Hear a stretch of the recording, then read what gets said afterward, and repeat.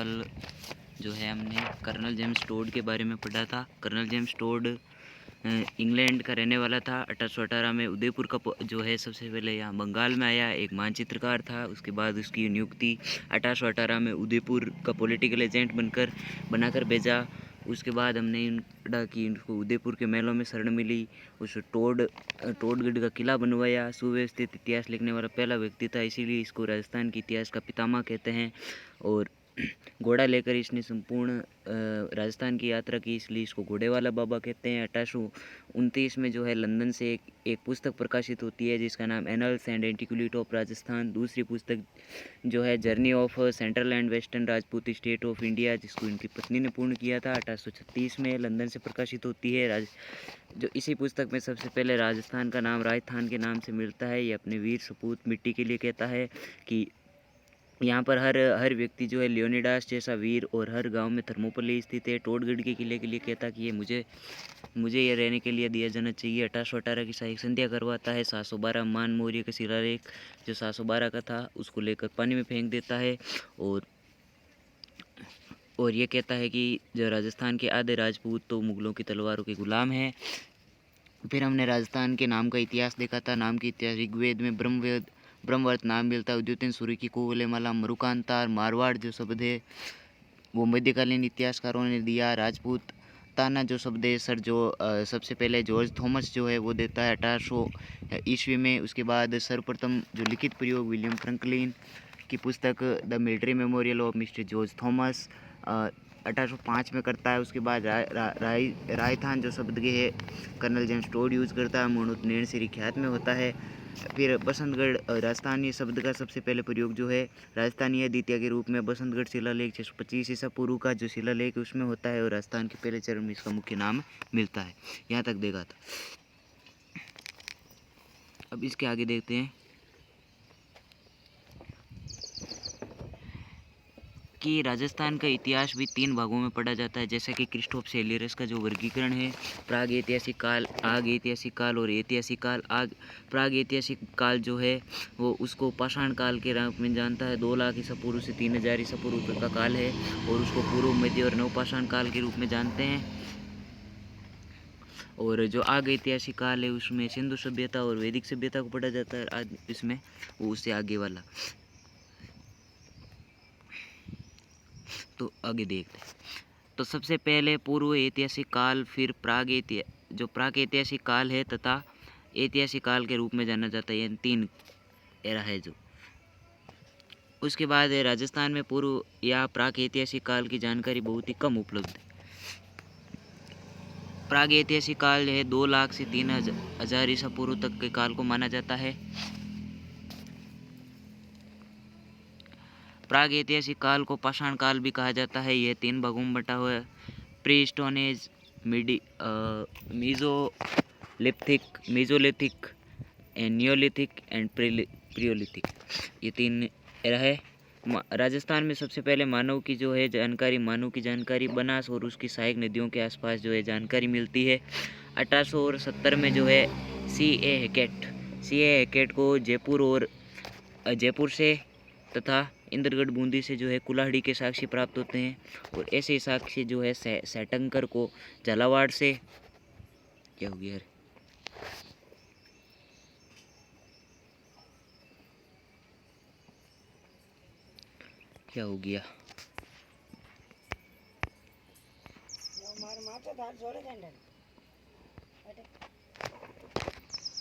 और जो be all chain है उसको जालोर से, ये साक्ष्य जालोर से प्राप्त होते हैं। उसके बाद पूर्व पाषाण जो काल है 8000 ईसा पूर्व से 4000 ईसा पूर्व तक का काल है, और इसमें जो मानव की विशेषता, यानी इसमें जो मानव रहता था वो किस प्रकार से, यानी मानव की उत्पत्ति यूरोप से होती है, जो आदि मानव उसकी अफ्रीका से, और जो हमारा होमोसेपियंस है उसकी उत्पत्ति यूरोप से होती है। इसमें स्फटिक पत्थर के औजार जो है, स्फटिक पत्थर मतलब पत्थर के औजार, ये वो सबसे पहले जो है पल्लावरम से रोबर्ट्सबुर्ग को जो है 1963 में वहाँ पर खोज के दौरान मिलते हैं। और यहाँ उस समय के मानव ने शिकार मतलब मांसाहारी मानव था, इसलिए वो है शिकार करता था, तो बाद में जो है एक बार उसको बहुत भूख लगी और वो जो है शिकार मिला नहीं, तब उसे पता चला कि इस शिकार को जितना अगर वेस्टेज फेंकना नहीं चाहिए, प्रकृति पर निर्भर था। और उस मानव ने जो है आग का आविष्कार कर दिया था। ऐसे मतलब एक बार क्या हुआ कि कोई खरगोश वगैरह कोई उसके पीछे दौड़ा होगा, उसने ऐसे पत्थर फेंका होगा, हाथ नहीं आया तो पत्थर फेंका, और वो पास में घास खड़ी थी उसमें भी कोई पत्थर था, वो दोनों भिड़े होंगे, ऐसे आग लग गई होगी, और वो जो खरगोश दौड़ा था वो भी उसमें जो है गिरकर वो भी पक गया था। इसी वजह से जो है उसके बाद जो पका हुआ मांस उसको टेस्ट अलग लगा, तो उसने जो है पका हुआ मांस खाना शुरू कर दिया। उसके बाद भीमबेटका गुफा है, वहाँ में सबसे पहले जो है चित्र इसी एर के, यानी कि जो प्राग ऐतिहासिक काल, जो पूर्व पाषाण काल है, उसी के जो है भीमबेटका गुफा एमपी में जो है गुफाएं, उनमें इसी समय के जो चित्र वो मिलते हैं। फिर मध्य पाषाण काल जो है 4000 से लेकर ये 4000 से लेकर ये 3000 है। इसमें वे औजार मतलब कि उसने सोचा कि यार जो है पत्थर में भी जो नुकीले पत्थर हैं, नुकीले या हल्के हैं, उनसे ज़्यादा मतलब है ना ऐसे हम तेज़ी से शिकार कर सकते हैं। इसलिए छोटे और नुकीले पत्थरों को जो है माइक्रोलिप्स कहते थे। और जो मध्य पाषाण काल के जो थे उनमें पुष्कर और बागोर ये दो प्रमाण मिलते हैं चापर चैपिंग पेबुल संस्कृति के, यानी कि ये जो माइक्रोलिप्स है उन्हीं को ही बोलते हैं चापर चैपिंग पेबुल। उसके बाद जो है खुरचनी संस्कृति, मतलब यहाँ से खुरचनी प्राप्त हुई गुड्डे पुष्कर से, इसलिए उसको खुरचनी संस्कृति भी बोलते हैं। उसके बाद आता है नवपाषाण काल ये मतलब आपके लगभग समथिंग 3500 से लेकर 2600 तक का जो काल है वो आपके नवपाषाण काल है। इसमें जो है मानव ने स्थायी आवास शुरू कर दिया, यानी झोंपड़ियाँ वगैरह बनाकर रहने लग गया था। कृषि करनी शुरू कर दी थी। मेहरगढ़ से जो है 6000 में हमको प्राप्त होते रहते हैं, 6000 ईस्वी में। पशुपालन जो है वो करना शुरू, कुत्ते को पालना शुरू कर लिया था शिकार के लिए। पहिए का आविष्कार 3400 एक बार आया हुआ है ये कि 3400 ईस्वी में जो है पहिए का आविष्कार, चक्र के आविष्कार के साथ ही जो है मनुष्य की प्रगति का विकास माना जाता है। सरकंडी की जो है छाल का प्रयोग करके मनुष्य ने छत बना ली थी मकान की। पहली धातु तांबा, पहले औजार था कुल्हाड़ी, अतिरपगम से प्राप्त होती है। और पहला जो पालतू था वो था हमारा कुत्ता। और सबसे पहले खाया जाने वाला अनाज था गेहूँ, और सबसे पहले उगाया जाने वाला अनाज था चावल। उसके बाद जो है 6000 ईसा पूर्व में मेहरगढ़ और बागोर तथा कोल्डी हवा से जो है कृषि के जो है साक्ष्य प्राप्त हो जाते हैं। तो ये था हमारा जो है राजस्थान का मतलब शुरुआती इंट्रोडक्शन या परिचय बोल देते हैं इसको, कि राजस्थान में मनुष्य की उत्पत्ति किस प्रकार से हुई। और ये देखिए फिर जनपद काल की अगर बात कर लेते हैं इसके साथ साथ, तो ये हमारे योध्या जनपद है, ये जांगल है, ये हमारे जो है इसको क्या बोलते हैं वल्ल देश या मांड, ये हमारे मलानी क्षेत्र है, ये जबालीपुर है, ये सिरोही अरबुद, ये हमारा मेवाड़ है, इधर ये वागड़ है, ये हड़ौती है, ये मेवात और क्या कहते हैं मत्स्य जनपद है, ये इधर ढूंढाड़ है, ये अई छतरपुर, ये शेखावाटी, ऐसे। अब आगे देखते हैं कि राजस्थान की प्राचीन सभ्यताएं। जो राजस्थान की प्राचीन सभ्यताएं हैं ये हमारा दूसरा टॉपिक है। इसमें भी सबसे पहले हम देखेंगे पाषाणकालीन सभ्यता क्या होती है। सबसे पहले तो ये यानी कि पहले यहाँ पर मानव रहते होंगे और किसी कारणवश जो है उनकी जो है यहाँ से जो उनका अस्तित्व समाप्त हो गया होगा, उन्हीं को ही वापस ढूंढना क्या कहलाता है, सभ्यताएं कहलाती। स्टोन एज सिविलाइजेशन अभी हम पीछे पढ़ के आ रहे हैं, बागोर सभ्यता, बूढ़ा पुष्कर, तिलवाड़ा, ये जो साइट है यहाँ पर मनुष्य की प्राचीन निवास के जो है स्थान मिलते हैं। बागोर सभ्यता कोठारी नदी के किनारे स्थित है और इसकी खोज जो है 1967-68 में वीएन मिश्र वीरेंद्र नाथ मिश्र करते हैं और मंडल भीलवाड़ा में इसकी स्थिति, यानी मंडल भीलवाड़ा के अंदर ये है। प्रमुख विशेषता की बात करें तो कृषि और पशुपालन के प्राचीनतम साक्ष्य प्राप्त होते हैं। तांबे वाली एक छेद युक्त सुई प्राप्त होती है और 5 तांबे के आभूषण प्राप्त होते हैं। इसका मतलब पाषाण एज की है, उसके बावजूद यहाँ पर जो है तांबे और तांबे ऐसी ऐसी चीज़ें मिल रही है, तो बड़ी बात तो है ना। तो तिलवाड़ा सेम टू आपको यही याद रखना है कि इसकी खोज लूनी नदी की नदी चेंज है, बाकी सेम है। आगे देख, कांस्य bronze age civilization. Bronze age civilization में क्या है? कालीबंगा सभ्यता। कालीबंगा का अर्थ होता है काली चूड़ियाँ। अन्य नाम क्या क्या है? तो इसको हम हड़प्पा या वो जो है हड़प्पा मोहनजोदड़ो पढ़ते हैं, तो हम कहते हैं कि भैया वो तो पहली और दूसरी राजधानी, ये कालीबंगा जो है ये तीसरी राजधानी है। तो वो नगरीय है, तो ये भी नगरीय सभ्यता हो गई। सिंधु घाटी सभ्यता की तीसरी राजधानी, हमारे एक इतिहासकार हुए हैं दशरथ शर्मा, वो उन्होंने कहा है कि ये तो कालीबंगा जो है सिंधु सभ्यता उसकी तीसरी राजधानी है। हम पढ़ते हैं कि हड़प्पा और जो मोहनजोदड़ो है वो मातृसत्तात्मक, यानी कि उसमें स्त्रियों की जो मूर्तियाँ वगैरह जो प्राप्त होती है, इसीलिए उसको मातृसत्तात्मक सभ्यता बोलते हैं। तो ये भी मातृसत्तात्मक सभ्यता। ये कौन सी नदी के किनारे है? तो ये घग्गर, द्वेषवंती या इसको हाकरा नदी। पहले सरस्वती जो है सतलज के साथ सरस्वती मिलकर बहती थी, और उन दोनों को सम्मिलित रूप से जो है हाकरा बोलते थे, इसीलिए जो है हाकरा भी आ सकता कभी कभी। क्या हो गया रे? तो ये हाकरा जो है ये एलपी टेसिटोरी, इसको धोरा का धोरी भी बोला जाता है। ये जो है यहाँ पर मतलब पहले तो उधर अंडमान निकोबार की तरफ उधर इसकी साइड थी, इसने भी हमारी पुस्तकें पढ़ी, इसने जो है ट्रांसलेट किया। तो बाकी के भारत की तो इसको मज़ा नहीं आया, पर इधर वाली जो कहानियाँ पढ़ी तो उसको मज़ा आया। तो उसने कहा यार ये जगह कहाँ पर है, मेरे को वहाँ जाना है। कहा वो ठेठ उधर है। तो कहा जिधर भी हो मेरे को जाना है यहाँ पर। तो फिर यहाँ पर आया, तो उसको यहाँ से धोरों से प्रेम हो गया उसको। पहले तो जोधपुर दरबार में रहा, उसके बाद जो है ये बीकानेर आ गया था, तो इसीलिए इसको धोरों का धोरी बोलते हैं। और एक बार जो है इधर कालीबंगा साइड इधर आया होगा, तो इसने कहा यार यहाँ कुछ हो सकता है तुम्हारे, पर उस समय किसी ने ध्यान दिया नहीं। उसके बाद जो है 1904 में सर जॉन मार्शल जो है इसका एसआई विभाग का वो बनकर आया महानिदेशक। उसने यार कहा कि यहाँ भारत में यार इतने बड़े जो साम्राज्य है इसका, ये 200-2500 से इतना तो इतिहास नहीं हो सकता। तो उसने यहाँ पर जो खुदाई वगैरह करवानी शुरू की। तो इन्होंने अलमानंद घोष ने सबसे पहले यहाँ पर आकर खोज की थी 1952 में। 1951-52 में जो है अलमानंद घोष खोज करते हैं।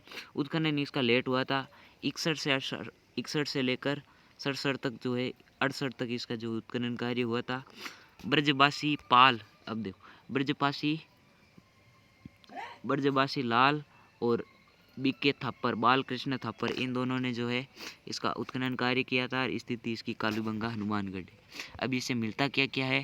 तो जूते हुए खेत के साक्षी, ज़्यादातर यही सवाल आता है, इसके जूते हुए खेतों के साक्षी कहाँ से मिलते हैं। उसके बाद जो है अरे घोड़े के अस्थि पंजर। घोड़े के अस्थि पंजर वैसे हड़प्पा कालीन किन्हीं भी जगह पर नहीं मिला, एक तो सुतका की डोर में मिला है और एक हमारी इस कालीबंगा में मिले हैं। तो घोड़े के जो अस्थि पंजर है वो 2 ही जगह मिलते हैं सिर्फ। मकान जो है ग्रिड पैटर्न पर, यहाँ ग्रिड मतलब ऐसे आड़ी तिरछी लाइनों पर, जैसे जयपुर बसा हुआ उस प्रकार से मकान बसे हुए थे ये से। उसके बाद सामरिक महत्व की किलेबंदी। किलेबंदी मतलब कि यहाँ पर ये ऊंचे वाला जो है टीला, इस पर तो वो धनी महाजन वर्ग के लोग रहते थे, इधर जो किसान वगैरह वो लोग रहते थे। और तो बाकी जो है धनी वर्ग वाले उन्होंने तो परकोटा खींचा हुआ है, पर बाकी जगहों पर जो है धनी वर्ग वाला जो है पश्चिमी क्षेत्र है उसमें ही जो है वो परकोटा है, नीचे वाले में नहीं। पर यहाँ पर तो कंप्लीट किला जो गांव शहर जो भी है वो पैक्ड है, परकोटे द्वारा जो है बंद है, इसीलिए इसको बोले सामरिक महत्व की किलेबंदी। बेलनाकार तंदूर, यानी उस समय जो तंदूर बनाना सीख गए थे। पशुपालन के साक्ष्य बैल की मूर्तियाँ प्राप्त होती, उससे पता चला कि भैया गाय वगैरह पाल रहे होंगे। अग्नि वेदियाँ मिली, यानी हवन कुंड वगैरह मिले, इसका मतलब जो है उन पर वैदिक सभ्यता के जो है वो भी आ गए थे लक्षण। मनके बनाने के कारखाने, मनके यानी कि लगभग रजाई वगैरह ऐसा ही कुछ होते हैं, तो वो बनाने के कारखाने मिले हैं। रजाई, अब रजाई कैसे बनती है? रजाई बनती है कपास से, तो कपास का उत्पादन संभवतः इन्होंने कपास का उत्पादन सबसे पहले कालीबंगा के लोगों ने शुरू कर दिया था, इसलिए कपास का उत्पादन जो है उसके प्रमाण मिलते हैं। युगम समाधियाँ मतलब कि कोई साथ में दफना रहे, 2 लोग साथ में ऐसे कोई दफना रहा है। उसके बाद सिलखेड़ी की मुद्रा। मुद्रा जो है यानी कि हमारे कॉइन्स सिक्के जो है वो सिलखेड़ी के मिल रहे, कांसे के मिल रहे, इसीलिए हम इसको बोल रहे हैं कि ये कांस्य युगीन सभ्यता है। उसके बाद भूकंप। भूकंप मतलब ऐसा माना जाता है कि यहाँ पर जो है मतलब वहाँ पर खुदाई की तो उनकी जो दीवारें हैं, दीवारों में दरारें पड़ी हुई है, इसीलिए जो है इतिहासकार ऐसा मान रहे हैं, जो खोज करता है वो ऐसा कह रहे हैं कि भूकंप आया होगा, भूकंप के कारण दीवारें हुई है, और इसी वजह से भूकंप के साक्षी अगर पहले सबसे पहले कहीं से प्राप्त होते हैं तो कालीबंगा से प्राप्त होते हैं। सती प्रथा के प्राचीनतम प्रमाण मिलते हैं, यानी कि कोई मिल गया होगा इनको। और जो हमारी सेंट्रल ऑफ गवर्नमेंट है, सेंट्रल गवर्नमेंट ने कालीबंगा से जो कुछ भी निकलता है उसके लिए एक सांकलिया केंद्र स्थापित किया है, सांकलिया पुरातात्विक साक्षी केंद्र। ये भी सांकलिया में है, इसलिए इसको सांकलिया बोल रहे हैं। सोंती सभ्यता मतलब एक सभ्यता है सोंती, बीकानेर के पास सोंती पड़ती है। इसको संपूर्ण हड़प्पा की जननी कहा जाता है, कि हड़प्पा जो है अलमानंद घोष कहता है कि हड़प्पा है ना यहाँ से निकली है भैया, हड़प्पा के लोग यहाँ से बिक रहे हैं सोंती से, तो इसी को। और सोंती की ज़्यादातर लोकेशन पूछी जाती है, तो लोकेशन पुंगल और संवानिया, ये 2 गांव है बीकानेर में, वहाँ है आपकी सोंती सभ्यता। उसके बाद आहड़। आहड़ को हम बोलते हैं धूलकोट। धूलकोट का अर्थ होता है ढूल का ढेर, और इस तांबे बहुत था इसलिए इसको ताम्रवती नगरी। आगटपुर एक मेवाड़ के आगे एक राजा पटेंगे अल्लट, अल्लट के नाम पर इसका नाम पड़ा था आहड़ या आगाटपुर। और बनास नदी के किनारे बसी हुई इसलिए इसको बनास, और बनास का एक अन्य नाम है बेड़च, इसलिए इसको बनास बेड़च संस्कृति बोल रहे हैं। और गाँव में थी इसलिए ये ग्रामीण सभ्यता, यानी कि जिस प्रकार गांव के लोग रहते थे ऐसे डाणियाँ वगैरह, उस प्रकार से यहाँ साक्षी मिले इसलिए इसको ग्रामीण सभ्यता बोल। नदी के किनारे, तो नदी कौन सी है, तो बेड़च नदी के किनारे स्थित है, इसलिए तो हम इसको बोल रहे हैं बनास बेड़च संस्कृति। इसका जो उत्खनन कार्य है 1954 से 1962 तक हुआ। RC अग्रवाल और HD सांकलिया ने जो है इसका उत्खनन कार्य किया, और इसकी स्थिति जो है आहड़ कहाँ पर, उदयपुर में है, तो उदयपुर इसकी स्थिति। प्रमुख विशेषता यहाँ से मिले क्या क्या है, तो यहाँ से जो है अनाज को संग्रहण करने के लिए घोरबंकोर और कांठे, यानी कुल मिलाकर कोठियाँ मिली है, अनाज संग्रहण करने की कोठियाँ मिली है। अब अनाज संग्रहण करने के लिए कोठियाँ बना ली, तो गांव के लोग हैं, तो गांव वाले इनको पानी का बहुत महत्व पता होता है, तो इन्होंने जो है जल संग्रहण के लिए चक्रकूप बना लिए, यानी मकान बनाया तब उसके ऊपर ही स्विमिंग पूल की ये तरह ऐसे बना लिया। तो चक्रकूप के अगर कहीं उदाहरण मिलते हैं तो वो हमारे आहड़ सभ्यता में मिलते हैं। 8 बार बस्ती उजड़ने और बनने के प्रमाण, यानी 8 बार इनके साथ कुछ हुआ होगा, ये मर गए होंगे या कुछ भी, जैसा भी XYZ, तो 8 बार बसे, 8 बार उजड़े।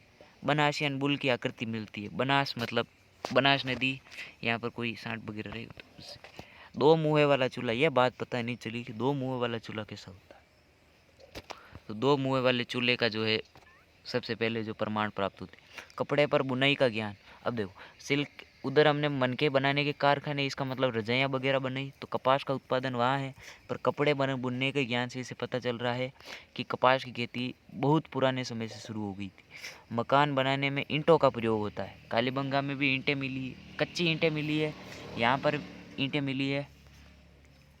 और जो आहड़ के समकालीन है उनमें है बालाथल, ओजियाना, गिलुंड। बालाथल आपके उदयपुर में, ओजियाना भीलवाड़ा में, गिलुंड राजसमंद में, इनकी सिर्फ लोकेशन ही आती है ज़्यादातर।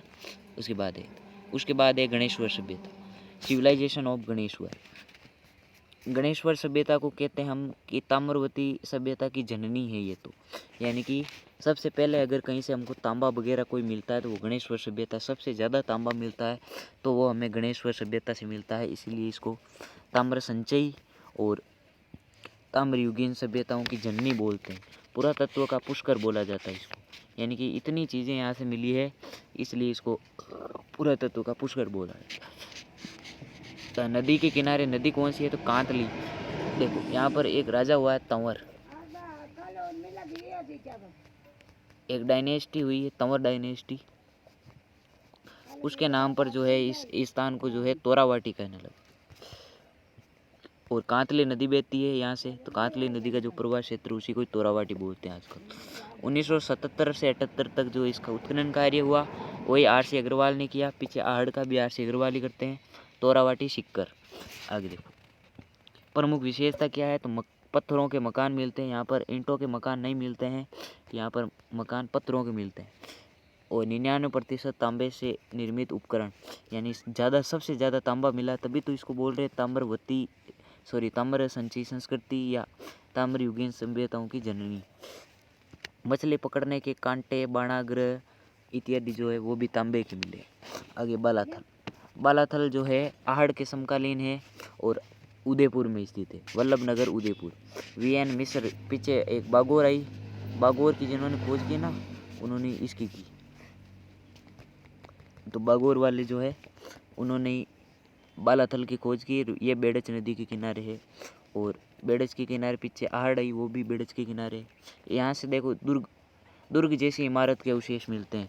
दुर्ग जैसी इमारत, पीछे एक था सामरिक महत्व की किलेबंदी, वो किलेबंदी के अवशेष सबसे पहले कालीबंगा में मिलते हैं। दुर्ग जैसी इमारत के अवशेष जो है सबसे पहले बालाथल में मिलते हैं। तांबा गालने की धोखा और धमन पट्टियाँ और लोहा गालने की जो है वो हमारे सोनारी में मिलेगी। तो तांबा गालने की जो भट्टियाँ हैं वो धोखा और दमन पट्टियाँ हैं वो हमारे जो है बालाथल में मिलती। बैल की मृण मूर्तियाँ, यानी मूर्तियाँ बना दी होगी। वस्त्र बुनने का ज्ञान, ये तो सभी जगह है। आगे है लोहे युगीन आयरन एरा सिविलाइजेशन, उसमें है रंग महल। सबसे पहले आती है रंग महल। रंग महल है आपके इस कालीबंगा के पास। इसको कहते हैं कुषाणकालीन सभ्यता बोलते हैं इसको। नदी कौन सी है? तो घग्गर नदी है भैया वहाँ पर। 52 में यानी कालीबंगा के साथ ही इसकी खोज एक महिला ने की, हनी रीड ने इसकी खोज की है। और इसकी लोकेशन और ये महिला ही पूछते हैं, दो हनी रीड ने इसकी खोज की। और बड़ी पोल और डाबरी हनुमानगढ़ में जो है इसकी लोकेशन है। ये स्वतंत्रता से पहले दोनों गंगानगर में हुआ करते थे, कालीबंगा और रंग महल। और अब जो है ये दोनों हनुमानगढ़ में आ गई। इसमें प्रमुख विशेषता क्या मिलती है? चावल की खेती के सबसे पहले प्रमाण कहीं से मिलते हैं, तो वो हमारे इस रंग महल से मिलते हैं। लाल गुलाबी मृदबाण, यानी पिंक एंड रेड वियर जो है मिलते हैं इससे। 105 तांबे के सिक्के, ये इम्पोर्टेंट है कि 105 तांबे की कुषाणकालीन मुद्राएं किस जगह से मिलती है या उनका नाम क्या है, या मोरंडा सिक्के कहाँ से मिलते हैं, तो सबका उत्तर रंग महल होगा। और मुरंडा सिक्के कहाँ से मिलते हैं? मुरंडा सिक्के रंग महल से प्राप्त मुरंडा सिक्के की संख्या कितनी थी? 105 थी। किस से बने होते हैं? लोहे के थे, तांबे के थे? तो तांबे के कुषाण उत्तर काल के जो है वो सिक्के हैं मुरंडा। आगे रंग महल, आगे अगली सभ्यता है लोहे युगीन जो सभ्यता है। अब देखो है लोहे युगीन, पर मिले क्या? तांबे के मिले, तब भी ये इम्पोर्टेंट हो जाता है मुरंडा। आगे देखो नौह सभ्यता, इसको दोआब संस्कृति बोलते। नदी कौन सी है? तो नदी है इसमें हमारे रूपारेल नदी भरतपुर के आसपास ही बहती है। वो केवला देवी घना पक्षी विहार, उसमें पानी इसी से जाता है। तो ये रूपारेल नदी है। और इसकी जो वर्ष है 1963 से 1967 तक इसका उत्खनन ईयर है। RC अग्रवाल ने इसकी खोज की। तो एक नौह की खोज करते हैं। देखो RC अग्रवाल वाली तो याद रखने की बात नहीं, AG नौह जी। आहड़, गणेश्वर, नौह और जोधपुरा, ये 4 हमारे RC अग्रवाल की है। और भरतपुर में आकर बंदे ने खोज की। आगे देखो यहाँ से एक जोक बाबा प्रतिमा, ये पटवार में पूछा हुआ है कि जोक बाबा प्रतिमा कहाँ मिली। तो जोक बाबा प्रतिमा जो है हमको इस नौह सभ्यता भरतपुर से मिलती है। दोआब संस्कृति बोलते हैं इसको। पाप हतस मुद्रांकन, यहाँ से मुद्रा मिली है, वो पाप हतस ऐसा कुछ लिखा हुआ है ऊपर। मृद पात्रों पर स्वास्तिक, यानी कि वो ऐसा आता ना हमारे स्वास्तिक, उसका चिन्ह मंडा हुआ है। और गोरैया के चित्र जो है वो मंडे हुए। कपड़ों पर बुनाई के ज्ञान सारे में ही अभी देखे। काले मृदबाण मिले हैं। पीछे गुलाबी थे बालाथल में, इधर हमारे काले मिले। नौह लोहे युगीन सभ्यता का प्रमुख केंद्र था। तो नौह में हमको 2 बात याद रखनी है। एक तो जोक बाबा प्रतिमा, देखो रंग महल में हमको एक बात याद रखनी है, हनी रीड नामक महिला, बड़ी पोल डाबरी और मुरंडा सिक्के, 3 चीज़ ये। उसके बाद इसमें नोह में हमको 2 आप संस्कृति याद रखनी है, जोक बाबा और पापातश मुद्राएं। इसके बाद स्वास्तिक का चिन्ह ये तो नहीं पूछेंगे, आगे देखो बेराट। बेराट इम्पोर्टेंट है। बेराट जो है इसके अन्य नाम विराटनगर, मत्स्य जनपद हुआ करता था, उसकी राजधानी थी विराटनगर, क्योंकि विराट नामक राजा ने बसाई थी इसलिए इसका विराटनगर बोलते थे। और बौद्धकालीन यानी बौद्धों के यहाँ पर पढ़ेंगे 8 जो है मठ हुआ करते थे, जिनको अशोक ने बनवाया था और बाद में जो मिहिर कुल ने उनको है जो नष्ट कर दिया था। और मौर्यकालीन यानी कि अशोक से संबंधित है, तो अशोक से संबंधित बौद्ध होंगे, वहाँ अशोक से संबंधित कुछ ना कुछ मिल ही जाएगा। तो मौर्यकालीन भी है, बुद्धकालीन भी है, और मत्स्य जनपद की राजधानी हुआ करती। नदी कौन सी है, तो बाणगंगा नदी। एक बार पूछा था बाणगंगा नदी, इस पर 2 बार उत्खनन हुआ है। सबसे पहले तो दयाराम साहनी ने जो है इसके 39 तक मिलेंगे सभी, 1939 1938 इधर ही मिल जाएंगे दयाराम साहनी। एक हड़प्पा का जो है 1921 वो याद रखना है, और एक जो है सांबर का उत्खनन उन्होंने जो है शायद इन्होंने, हाँ सांबर,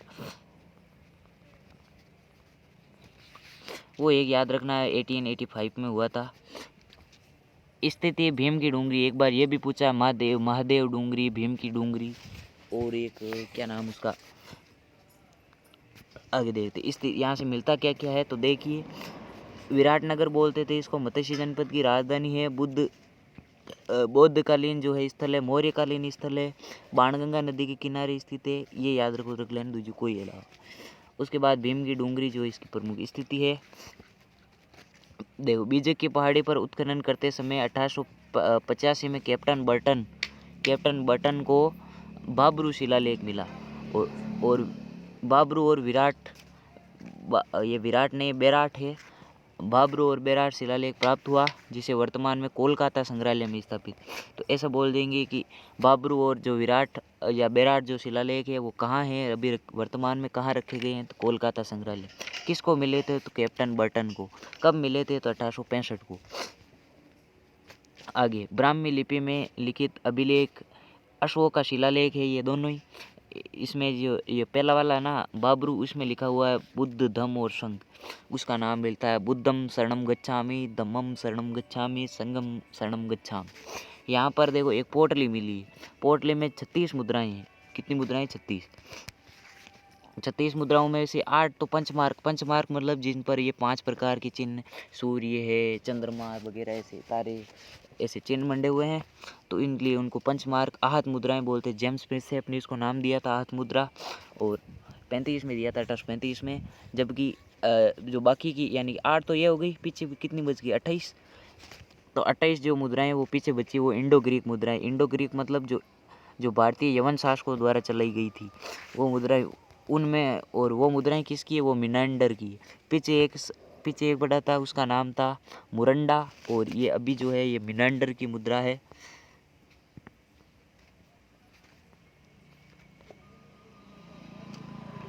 अगर मंदिरों के सबसे पहले अगर कहीं साक्षी प्राप्त होते हैं तो वो बेराट से प्राप्त होते हैं। तो मंदिरों के सबसे पहले साक्षी कहाँ से प्राप्त होते हैं, बेराट से प्राप्त। चित्रांकन लेखांकन ये तो कुछ खास नहीं। एक स्वर्ण कलश मिला है जिसमें भगवान बुद्ध की अस्थियां रखी हुई है, और भगवान पांडव और कृष्ण उनसे संबंधित है ये सभ्यता। वेनसांग यहाँ पर आकर गया था, वो कहता है कि यहाँ पर 8 मठ थे, बौद्धों के 8 मठ थे, मैंने देख कर गया हूँ भाई। और बाद में जो है इसको विंध्यवस्त जो है मिहिर कुल ने किया था, जो एक हूण शासक था, और हूण जो है भारत में हर हर महादेव का नारा लेकर आए थे। बाकी देखेंगे कल।